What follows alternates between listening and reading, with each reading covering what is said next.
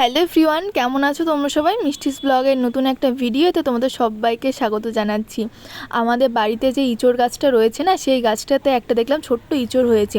কয়েকদিন ধরেই মা বলছে পারবে, তো এই পারবে করতে করতে না আজকেই পেরে ফেলেছে। তার জন্য আজকে আমি বাড়িতে ইঁচড় চিংড়ি রান্না করব।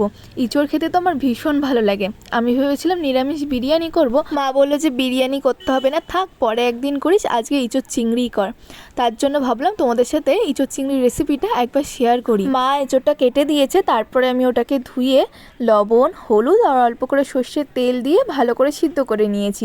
সিদ্ধ করা হয়ে গিয়েছে, এবার আমি রান্নাটা শুরু করব। তার জন্য প্রথমেই আমি কড়াইতে বেশি করে সর্ষের তেল গরম করে নিয়েছি। এবারে আমি বড়িগুলো ভেজে তুলে রাখলাম। এঁচড় চিংড়িতে বড়ি দিলে কিন্তু দারুণ লাগে খেতে। আমি গোটাই রেখেছি, বড়িগুলোকে ভাঙবো না। এরপরে আমি কড়াইতে দিয়ে দিয়েছি টুকরো করে কেটে রাখা আলু, লবণ আর হলুদ দিয়ে আলুগুলোকে ভালো করে ভেজে নেবো। আলুটা ভাজা হতে হতে চলো মশলাটা করে নিই। তার জন্য আমি এখানে দেখো নিয়েছি কাঁচা লঙ্কা, রসুন, জিরে আর একটা টমেটো। ওটাকে ভালো করে বেটে নেবো। আলুটাও ভেজে তুলে নিয়েছি। এবারে আগে থেকে সিদ্ধ করে রাখা ইঁচড়টা আমি দিয়ে দিলাম। ইঁচড়টা যেহেতু সিদ্ধর সময় আমি লবণ আর হলুদ দিয়ে সিদ্ধ করেছি, তাই এখন আর আমি লবণ হলুদ দিলাম না, এমনিই ভেজে তুলে নিলাম। এরপরে কড়াইতে আবার কিছুটা সর্ষের তেল দিয়ে জিরে আর শুকনো লঙ্কা ফোড়ন দিয়ে দিয়েছি। তারপর এখানে দিয়ে দিয়েছি পেঁয়াজ কুচি। লবণ আর হলুদ দিয়ে পেঁয়াজ কুচিটাকে ভালো করে ভেজে নেব। তোমরা অনেকেই আমাকে কমেন্ট করে বলো, পার্সোনালি মেসেজ করে বলো যে বাড়িতে সমস্ত রান্না কি তুমিই করো? না, সমস্ত রান্না আমি একাই করি না, আমার মাও করে। যেদিন আমি রান্না বান্না করি সেদিন আমার মা আমাকে গুছিয়ে দেয়, কোনো দিন মাও করে। আমি আর মা দুজনে মিলে একসাথে রান্নাবান্না করি।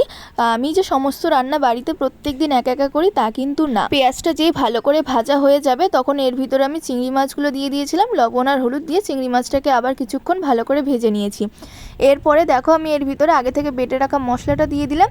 এবারে আমি দিয়ে দিলাম 1.5 চামচ মতো ধনের গুঁড়ো, সামান্য চিনি, লবণ, হলুদ গুঁড়ো আর কাশ্মীরি লঙ্কার গুঁড়ো। খুব ভালো করে মশলাটাকে এবারে কষিয়ে নিতে হবে। যতক্ষণ না মশলার গা থেকে তেল বেরোবে ততক্ষণ কিন্তু মশলাটাকে কষিয়ে নিতে হবে।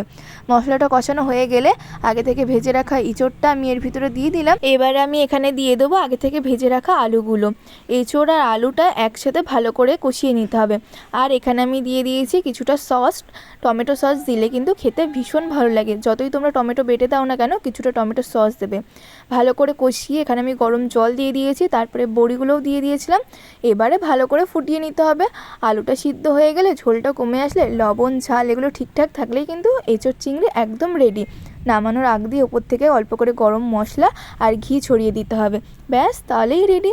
আজকের ভিডিওটা তোমাদের কেমন লাগলো আমাকে অবশ্যই কমেন্ট করে জানিও।